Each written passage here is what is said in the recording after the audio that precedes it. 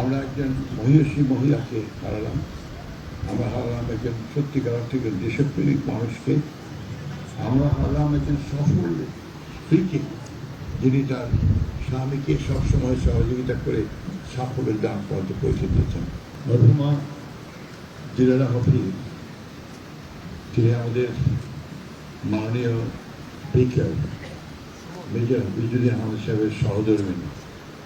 তিনি তার পরিচয় নয়, তিনি তার ব্যক্তিগত জীবনে একজন শিক্ষাবিদ ছিলেন এবং কৃতিত্বের সঙ্গে তিনি সকল ক্ষেত্রে তার সেই শিক্ষাবিদের যে কাজ, সে কাজ তিনি করে গেছেন।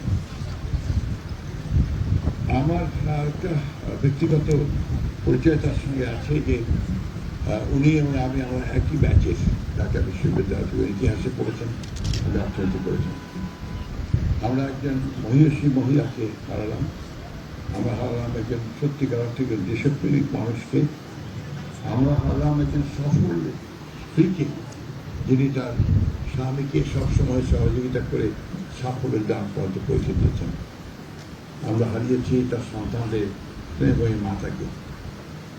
আমরা আল্লাহ তাআলার কাছে দোয়া করি, আল্লাহ তাআলা তাকে যেন বেহেশত নসিব করেন, ও সমস্ত গুনাহ মাফ করে দেন, তার পরিবারের সকল সদস্যদেরকে এই শোক সহ্য করবার ক্ষমতা প্রদান করেন। আমিন।